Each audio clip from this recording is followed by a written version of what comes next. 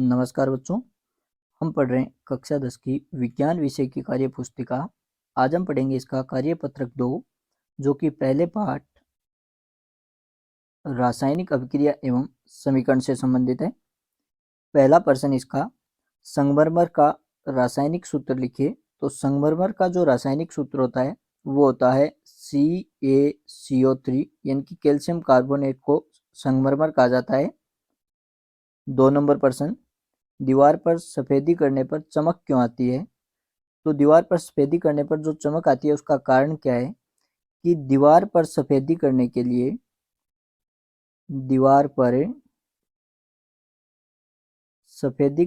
लिए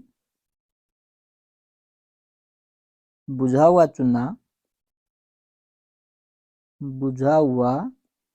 चूना जिसका रासायनिक सूत्र होता है CaOH की होल ट्वाइस है, बुझा हुआ चूना है वो प्रयोग किया जाता है।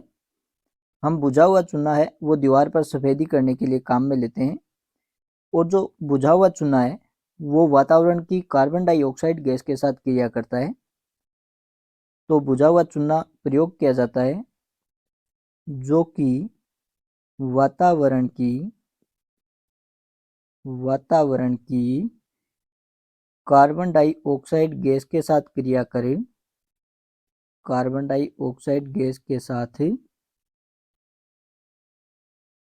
करे कैल्शियम कार्बोनेट CaCO3 बनाता है, जिसके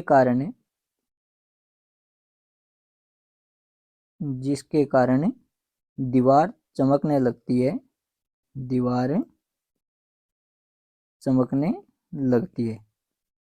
तो दीवार के जो चमकने का कारण होता है वो कैल्शियम कार्बोनेट होता है। अब क्रिया हम इसकी दे सकते हैं, CaOH की होल ट्वाइस, जो हम बुझा हुआ चूना काम में लेते हैं, ये वातावरण की कार्बन डाइऑक्साइड गैस के साथ क्रिया करता है। तो यहाँ से बनता है CaCO3 और प्लस में H2O का जो अणु है वो बाहर निकलता है। आगे 3 नंबर प्रश्न, ऊष्माशोषी व ऊष्माक्षेपी अभिक्रिया में क्या अंतर है, उदाहरण दीजिए। तो हम इसकी परिभाषा के अनुसार इसका अंतर बता सकते हैं। ऊष्माशोषी का मतलब होता है शोषण करना, और क्षेपी का मतलब होता है ऊष्मा बाहर निकलना। तो ऊष्माशोषी अभिक्रिया में तो ऊष्मा का शोषण होता है, वातावरण से जो ऊष्मा है उसको वो ग्रहण कर लेती है अभिक्रिया, और ऊष्माक्षेपी जो अभिक्रिया होती है उसके अंदर ऊष्मा है वो बाहर निकलती है, उसका उत्सर्जन होता है। तो प्रश्न नंबर 3 में हम अंतर लिख सकते हैं कि ऊष्माशोषी अभिक्रिया में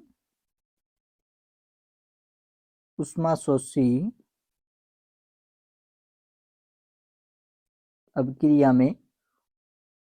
का शोषण होता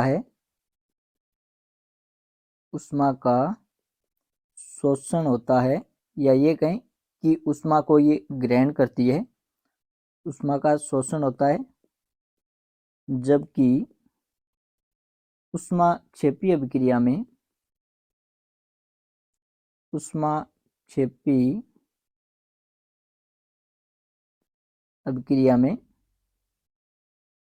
ऊष्मा का उत्सर्जन होता है, या ऊष्मा उत्पन्न होती है, इसमें ऊष्मा का उत्सर्जन होता है। उदाहरण हमें देना है, तो सबसे पहले हम उदाहरण देते हैं ऊष्माशोषी अभिक्रिया। अगर हम नाइट्रोजन की अभिक्रिया ऑक्सीजन के साथ करवाएं तो यहाँ से हमें प्राप्त होगा नाइट्रस ऑक्साइड। तो जैसे ही नाइट्रोजन की अभिक्रिया हम ऑक्सीजन से करवाते हैं, नाइट्रस ऑक्साइड बनती है। इस क्रिया के अंदर ऊष्मा का अवशोषण होता है। संयोजन अभिक्रिया जो होती है उसमें हमेशा ऊष्मा का अवशोषण होता है, यानी कि वो ऊष्माशोषी अभिक्रिया होती है। और दूसरा उदाहरण हम दें ऊष्माक्षेपी अभिक्रिया का। तो ऊष्माक्षेपी अभिक्रिया जब हम बाजार से चूना लेके आते हैं तो वो होता है बिना बुझा हुआ चूना CaO, और जैसे ही हम इसको पानी के अंदर डालते हैं हम देखते हैं कि पानी के अंदर से बुलबुले उठने शुरू होते हैं और पानी गर्म हो जाता है। और पानी के गर्म होने का जो कारण होता है वो होता है कि वहाँ पे ऊष्मा है वो उत्सर्जित हो रही है। तो जैसे ही हम कैल्शियम ऑक्साइड बुझे हुए चूने को जल के अंदर डालेंगे तो यहाँ से बनेगा CaOH की होल ट्वाइस बुझा हुआ चूना, और इसके साथ में यहाँ पे जो उष्मा है वो उत्सर्जित होती है, उष्मा का उत्सर्जन। आगे 4 नंबर प्रश्न, श्वसन एक ऊष्माक्षेपी अभिक्रिया है, स्पष्ट कीजिए। श्वसन को ऊष्माक्षेपी अभिक्रिया क्यों कहा जाता है, उसका कारण क्या है? तो इसका हम उत्तर लिखेंगे कि जब हम श्वसन क्रिया करते हैं, श्वसन क्रिया करते हैं यानी कि श्वास लेते हैं, तब ऑक्सीजन गैस ग्रहण करते हैं, ऑक्सीजन गैस है वो ग्रहण करते हैं। तो श्वसन क्रिया में तो हम ऑक्सीजन गैस ग्रहण करते हैं, अंदर की तरफ लेते हैं, और भोजन जब हम करते हैं तथा भोजन में ग्लूकोज की मात्रा होती है, भोजन में ग्लूकोज की मात्रा होती है, ग्लूकोज है वो ऑक्सीजन के साथ क्रिया करता है, ग्लूकोज ऑक्सीजन के साथ क्रिया करके कार्बन डाइऑक्साइड व जल का निर्माण करता है, जल का निर्माण करता है तथा साथ ही उष्मा का उत्सर्जन होता है, उष्मा का उत्सर्जन होता है। इसलिए श्वसन एक ऊष्माक्षेपी अभिक्रिया है, श्वसन एक ऊष्माक्षेपी अभिक्रिया है। अभिक्रिया दे सकते हैं हम कि ग्लूकोज का जो अणुसूत्र होता है वो होता है C6H12O6, और जब इसके साथ 6 अणु ऑक्सीजन के मिलते हैं तो यहाँ से CO2 के 6 अणु बनेंगे, और 6 अणु हैं वो बनेंगे जल के, और यहाँ पे साथ में उष्मा का उत्सर्जन होता है, तो यहाँ पे उष्मा है वो निकलती है। आगे 5 नंबर प्रश्न, फेरस सल्फेट में क्रिस्टलन जल के कितने अणु होते हैं? तो फेरस सल्फेट का जो अणुसूत्र होता है वो होता है FeSO4.7H2O। तो इसमें जल के 7 अणु होते हैं। तो हमें जल के अणु पूछें, जल के कितने अणु होते हैं? तो जल के 7 अणु होते हैं। प्रश्न नंबर 6, फोटोग्राफी में प्रयुक्त HGBR में किस प्रकार की अभिक्रिया घटित होती है?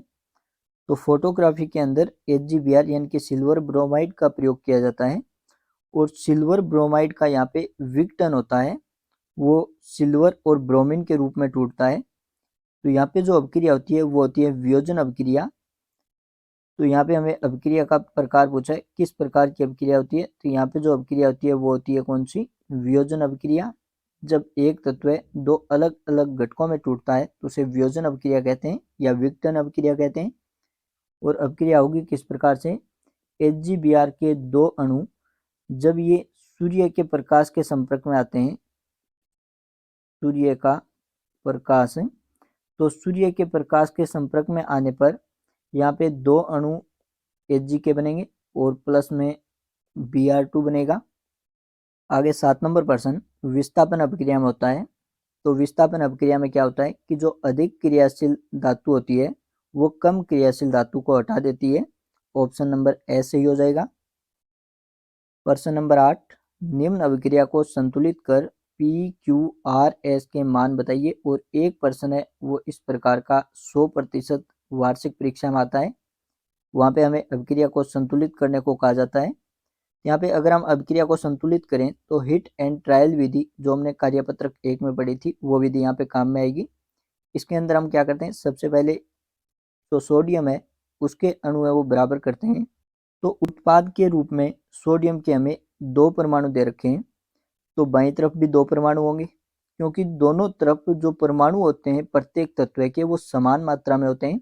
तो सोडियम के 2 हैं, तो यहाँ पे P की जगह फिर आ जाएगा 2, सोडियम के 2 हो जाएंगे। अब उसके बाद में सल्फर के हम देखें तो सल्फर का बाईं तरफ भी एक अणु है और दाईं तरफ भी एक परमाणु है, तो सल्फर बराबर है दोनों तरफ।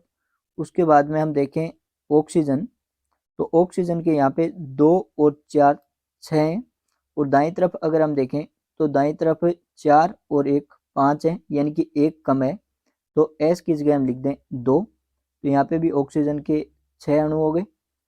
अब उसके बाद में हाइड्रोजन देखें तो हाइड्रोजन के बाईं तरफ है 2 और 2 4, और दाईं तरफ हम देखें तो 2 2 4, यानी कि H2 है, तो 2 दूनी ये हो गए 4।